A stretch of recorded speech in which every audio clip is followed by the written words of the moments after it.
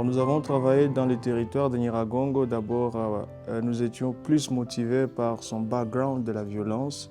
C'est un coin de la République démocratique du Congo qui est en froid avec les violences communautaires et les questions de manipulation identitaire.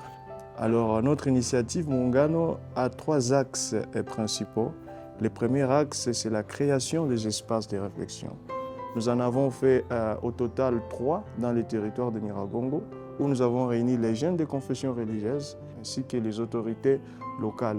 Alors, nous voudrions rencontrer les jeunes, partager avec eux certains sujets relatifs à la manipulation, à la violence, au conflit. Et cela, pas par des conférences, mais par des scènes, par des présentations artistiques dans le langage du milieu et qui atteint la cible. Et la cible elle-même comprend les problèmes dans sa gravité et il propose elle-même des pistes.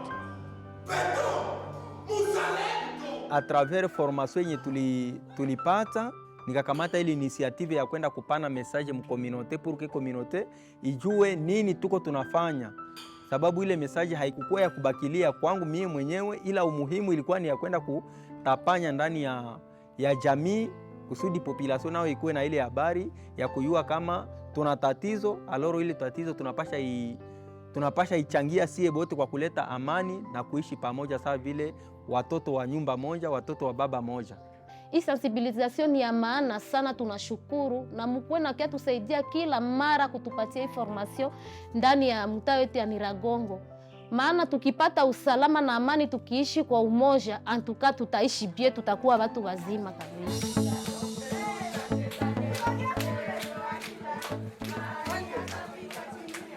Alors, le deuxième axe a consisté au club de paix. Nous avons créé 3 clubs de paix dans 3 écoles du territoire de Nyiragongo. Et au total, nous avons organisé 21 sessions de formation avec les élèves. Ils sont par moments utilisés, sans le savoir, pour propager les discours de haine et les discours de manipulation. Dès le commencement de notre club, tout d'abord, on avait parlé sur la paix. On a vu comment développer l'esprit critique. Je dois d'abord réfléchir, analyser pour faire quelque chose, voir si ça va être bon pour la population, pour moi aussi.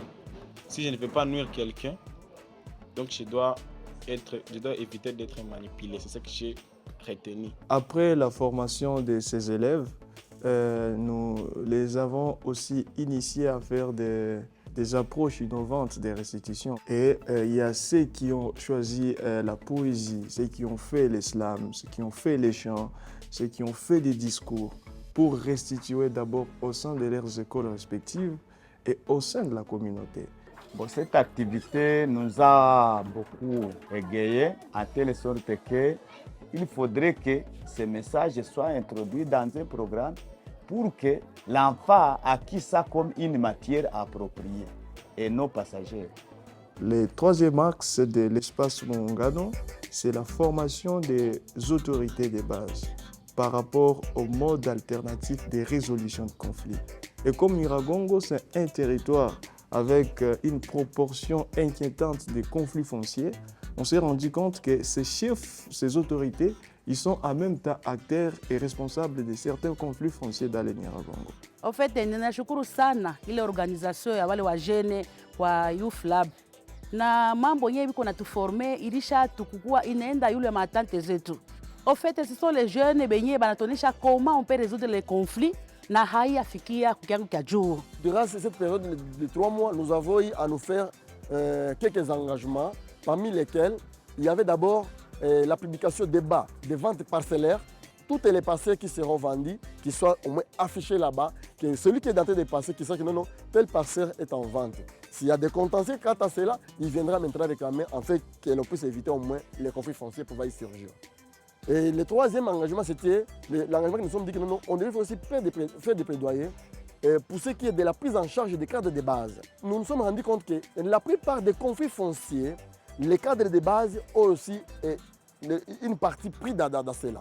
Et nous disons pourquoi c'est là, parce que ces gens-là ne sont pas payés. Ils ne sont pas pris en charge par le gouvernement. En les prenant en charge, ça pourrait aussi atténuer à quelques niveaux, à quelques pourcentages, les conflits fonciers qui sont dus à cette histoire. Ce plaidoyer, je crois que quand on a chuté sur le plaidoyer, ça nous réconforte en nous rappelant que tout ce que nous faisons ne peut pas rester à vase clos. Il faut que quelque part, ce que nous avons trouvé comme résolution puisse trouver une solution à un certain niveau.